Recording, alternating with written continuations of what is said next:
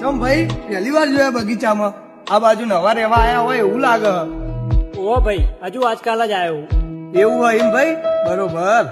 ઓહો ભાઈ, કોઈ હગે વાલે આયા હો કે પછી નોકરી ધંધો કરવા આયા હો?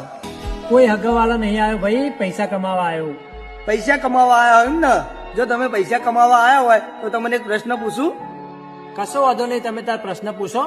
આપણા બેની વાતચીત થશે તો આપણા બેની થોડી ઓળખાણ બનશે. અમે હું આ બાજુ નવો જ છું. તો તમારા જીવનમાં સૌથી વધારે કિંમતી વસ્તુ શું હોય?